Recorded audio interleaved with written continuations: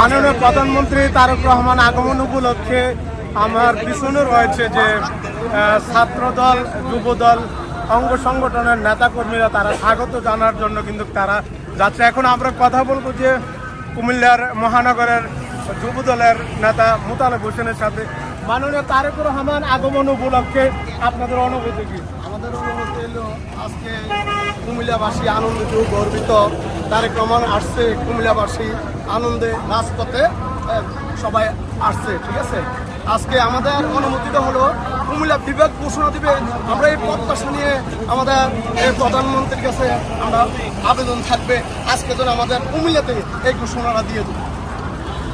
মাননীয় প্রধানমন্ত্রী তারেক রহমান আগমন উপলক্ষে কুমিল্লার নেতাকর্মীদের একটাই প্রাণের দাবি, আজকের সফরকে যেন কুমিল্লা বিভাগ নামে ঘোষণা দেয়, তেমনটাই দাবি জানিয়েছেন কুমিল্লার নেতাকর্মীরা।